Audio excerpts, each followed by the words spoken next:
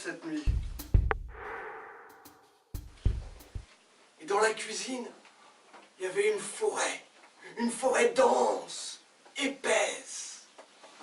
Il a visé, il a tiré, il a tué le lapin. Alors celui qui n'avait pas de jambes, il s'est mis à courir, il a attrapé le lapin, il l'a donné à celui qui était tout nu, qui l'a mis dans sa poche. Je le sens, c'est dense. Pourtant, il n'y a rien, je ne vois rien. Mais j'entends. Les clés du Mont-Saint-Michel retrouvées en mer après la tempête. Il est de retour à quai pour des réparations de plusieurs mois.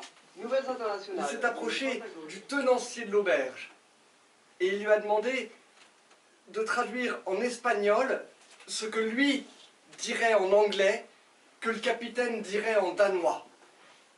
Et il a demandé à parler au petit bout de femme, assise tout seul à une table. Si tu coupes du bois dans la forêt, L'écho le répète. Il y a un pays qui s'appelle l'écho.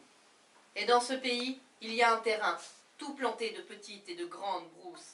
Je frappe mon fils qui a dévasté mon champ. Et qui t'en a donné la permission? Personne, c'est mon devoir de père. Attends, on a fait le même rêve. On a fait le même rêve. Mais comment on peut avoir fait le même rêve? Bah, à tous les coups, c'est leur truc là qu'ils sont en train de faire. Alors je suis prise de l'envie de le prendre dans mes bras. Je l'en serre, il est si lourd. Et pourtant si léger.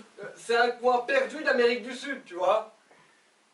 Et là, sur la montagne, il y a un authentique petit chalet autrichien. Pardon? Quoi? Un chalet autrichien. Le soleil passe dans le ciel tout l'été durant et le mille devient de plus en plus grand. Il faut aller voir au champ s'il est prêt, s'il est mûr. La chaleur est là. La moiteur même. J'irais même jusqu'à dire que